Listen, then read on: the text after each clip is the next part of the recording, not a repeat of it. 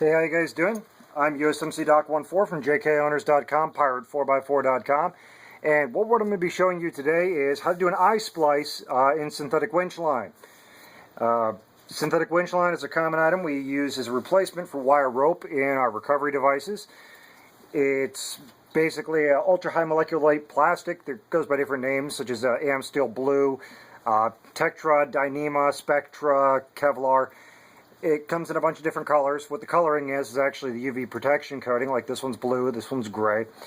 The breaking strength of it is equal to or greater than the same diameter of steel, but there are some benefits to it, and its ease of handling, hence why a lot of us convert over to a synthetic line. One of the benefits of the ease of handling is the ability to do field repairs. Doing a field repair with wire rope requires you to use a saddle or actually have some knowledge on how to repair wire rope by weaving it into each other.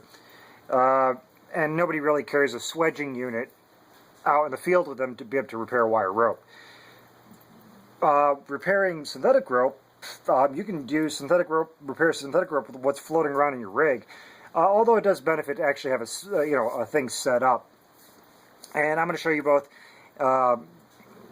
Show you some ways to get around not having the correct tools. But first things first, one of the enemies of winch line is abrasion, and that's why we install a thimble into our winch line, because the thimble acts as a place for the clevis or the D-ring or whatever to rotate up against and not wear through the line directly. It also protects from getting stepped on, protects from getting damaged. Now, the downside, of course, is that your thimble can get crushed, okay? These are a bunch of different selections of thimbles. These heavy-duty black ones are from Custom Splice, and they are a crush-proof thimble. The reason why they're crush-proof is because, one, they're a very heavy, thick wall, as you can see. They also have a reinforcing gusset here that prevents them from collapsing in on each other. This is a crush-proof thimble, commercially available. I think I got it off of Amazon or whatever, but I wanted to get just a generic example of a crush-proof thimble or tube thimble. And this is a regular thimble from a hardware store. It's still a thimble and it is still applicable for use, but something to pay attention to with using a non-crush-proof thimble is that when your line, here, let me use the blue because it's a little bit more dramatic, when your line is wrapped around it, okay, and by crush-proof, what happens is your pull is pulling this way, and the line's going to want to squeeze this eye shut. So when it squishes this piece of metal, these little sharp edges can cut into the rope and actually damage it right here at the base. So it's something to pay attention to. But the benefit of these ones are they're only like $1.50 a piece at any hardware store. So you can toss a couple in your bag in case you have to do an emergency repair or in case you need to create a long winch line into two shorter winch lines. But it's one of those nifty things to have handy. So, knowing how to splice winch line, knowing how to do an eye splice is one of those valuable items to have in your toolbox of recovery, because the knowledge to make an eye splice is actually the same information you're going to be using to do an inline repair if you actually break it. Because instead of doing an eye splice, you'll actually go and splice the two lines into and inside of each other like this. I might do a video on that later on because it's not a real common repair, but you can Google search it and find it real easy. I think Samson Rope has it in their Amsteel section. Now, any of your online searching you're going to do for learning about the ropes, make sure that you're paying attention to what is applicable for Dyneema, Kevlar synthetic lines, but 12 strand, because that's the most common one we use, is what this is. And that means there's 12 individual strands all the way around. Now, for your tools, you can go out and you can buy, the only specialty tool is a fid, which is what this is. This is actually a homemade fid. This is made from a coat hanger. The reason why I made my own fid like this is I like using wire fids better than I do tubular fids. Also, fids are an important thing because every time you search online to find out measurements of how much you tuck in or how much you cut off is all done by fid measurement. And unless you know what the actual length of a regular fid is, you're not going to know what the hell you're supposed to tuck in or anything like that. We normally commonly use 3/8 winch line. For 12 strand 3/8 winch line, a tube fit is going to be 7.89 or 7 point something inches. Anyway, 8 inches. Wire fids are actually half that length, so when I made my wire fid, this wire fid is 8 inches long. This means I can use the wire fid for all of my measurements when it comes time to mark the winch line. So, 8 inches. The other thing you need to have in your toolbox is a Sharpie. Okay, and the reason why you want to have a Sharpie is because you need to mark the line of how much is going to get tucked into where. You're going to need razor blades. Okay, it doesn't matter if they're folding ones like this or a box cutter or whatever. Keep razor blades because Dyneema is, I mean, it's Kevlar. So trying to cut this with your pocket knife is going to suck, and it's going to take forever, and your knife's going to get dull, and you're going to hate life. Same with scissors. And I highly doubt you have a hot knife or something like that to cut through it handy. And the last item is tape. Doesn't really matter what kind. I'm just using fiber packing tape because I had it sitting here. But most of us should have duct tape or something along the lines like that for doing the repairs. So let me go, and first I'm going to show you step by step doing a eye splice. Now the eye splice for most winch lines is actually sort of a modified Brummel lock tuck. It's actually a step extra that we really don't need to do. For Amsteel or from Samson's website, just a eye into a tuck, burying the line in there, is enough for you to retain about 100% of your braking strength in the eye. Us doing our little lock thing, it's extra security and it's really not needed, but it is kind of nice because people, for some strange reason, they don't secure their they don't secure their splices. They don't lock stitch it. Like this one from the factory, I mean this one from Custom Splice, they use adhesive line heat shrink, which works perfectly fine. And all you have to do is just pick up some adhesive line heat shrink and go to town. But knowing how to do an actual lock stitch is handy, and it's not hard. All it is, you're going through, down a few, over through, down a few, over through, down a few, and then back. And it locks it because it prevents the line from unlocking itself.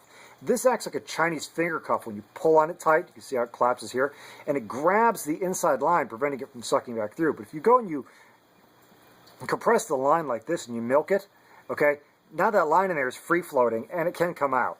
That's why you have to put some sort of lock in there, either this or whipping or something along those lines. But for field expedition, field expedient stuff, you can just duct tape it and it'll be fine. So let's go and show you how to do an eye splice. Now, like I said, everything is based off the measurements of a fid, so we're just going to use 8 inches. The first splice we're going to do is an actual clean splice with a taper. Your first mark, what you're going to do is you're going to take your fid, you're going to mark 8 inches up, and you can see I've already done that, but I'm just for demonstration. I'm going to mark it at 8 inches. What that is for my taper length. Your taper length, you're going to go and you're gradually removing strands so it tapers down. You're going up, you're starting here, and you're removing 2 strands every 3. So you're going 1, 2, 3, and then you're moving 2, 1, 2, 3, removing 2, 1, 2, 3. And that creates a gradual taper. It's not really, really needed, but it does clean up your eye, and it makes it look nice. And it's valuable information to know. So you can take into consideration for your taper. Now, your next measurement is how much needs to be tucked inside. So, first measurement is 1, next measurement is 2. So, that's 1 fid length. Okay, that's 2 fid lengths. So remember that. 2 fid lengths is what needs to get buried. So all of this needs to get buried inside in order for this to be a good solid eye. And so let me show you how this is done. First thing I'm going to do is I'm going to go and attach my fid. So the reason why I made this like this is this actually you can squish into the rope like that. See how it holds it all in place? This way you don't have to worry about the fid. This way you don't have to worry about the line coming out of the fid. And tape it all securely. Keep it from going anywhere. If I was going and I was doing the heat shrink, I'd slide it on now. or if, like when you're getting a brand new winch and you want to install some some chafe guard or some tubular nylon, I can install it now. And then I go directly into the eye.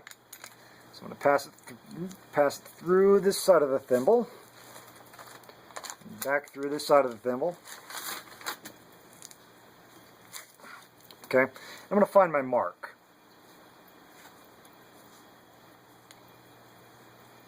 It's around here somewhere. There it is. Okay, so there's my mark. So I know that that much has to go inside. Okay. So I'm going to measure it. Okay. I see that it needs to go into here. Okay, so I'm going to mark it. This way I know that that will create a very nice, tight eye for me. And I can slide that out. And what I'm going to do is I'm going to milk together the line. Okay, so it squishes like that. So it squishes and bunches together. Take my fit, I'm going to separate it in half. I know that it's 12, so there should be 6 strands on either side. And pass it through. Now this is where we're sort of doing a not correct Brummel lock. A correct Brummel lock, you'd actually do this first one with the tail end, but it's physically impossible seeing as we already have it attached to the winch. So, yeah, for those of you that are really anal retentive, you know, I apologize, but it works fine, and this is what 90% of the manufacturers do anyway. Next thing I'm going to do is I'm going to count down 6, because I need half again, so 1, 2, 3, 4, 5, 6. That is where I'm going to go inside the line, okay? Now if you see, I'm not going all the way through, I'm actually going inside the interior cavity of the line. And by milking it together like this, okay, by squishing it together, it creates a nice inside cavity for me to go and slide my fid into it. Now, if you want to, you can make a mark further down the line to show you how far you need to bury before you can pop the fid out of the other side. Or you can just take a guess and just keep stuffing that shit through until you get to a good amount of squished up line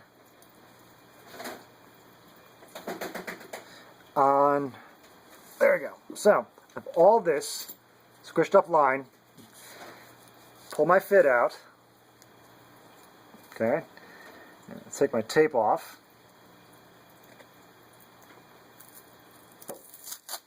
okay, put my fid aside because I don't need it right now. And then I'm going to go and take and pull this tight, okay? See how it pulls it all up tight, okay? So I know that that is nice and snug right up against there. Put my thumb here, okay, and I can pull it nice and tight like that.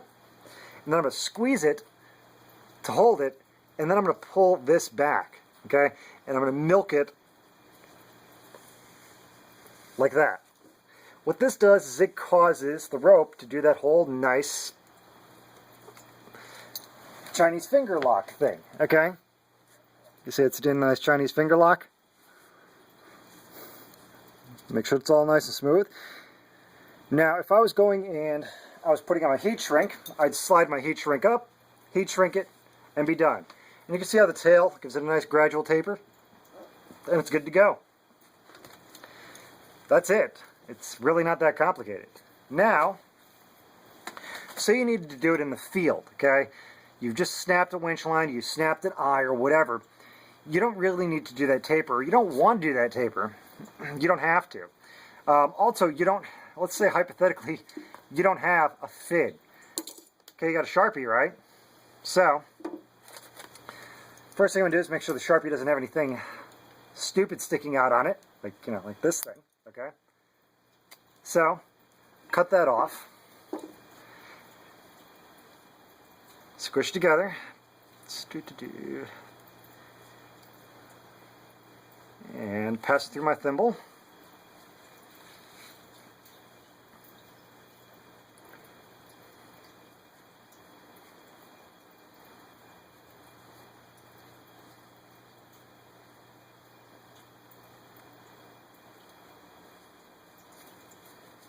Now I know that I need at least 16 inches because 8 inches needs to get buried. So my hands are about 4 inches wide. So 8, 12, 16. Okay? So I'm going to go and mark that. Actually, I'm seeing from my, oh, there we go. So, 4, 8, 12, 16, mark there.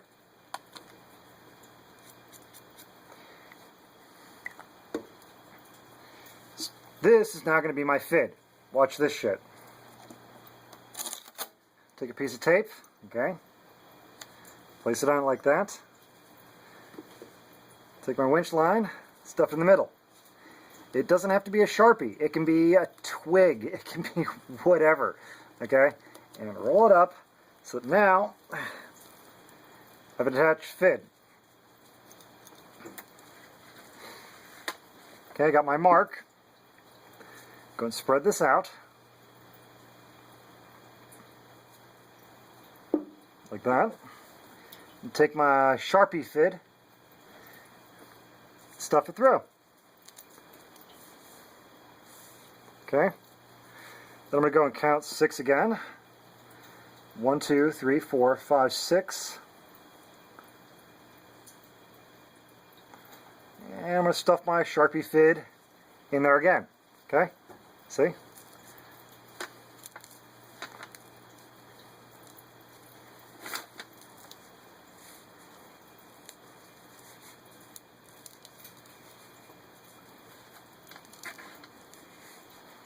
Now, like I said, it doesn't have to be a Sharpie. It can be a friggin' punch-all. It can be a twig, whatever. As long as it's reasonably smooth, so you're not snagging all the fibers. You can hear it catching a little bit on some of the fibers as I go through.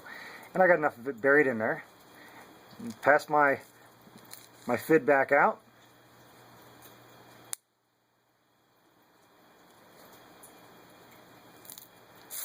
Take my tape off.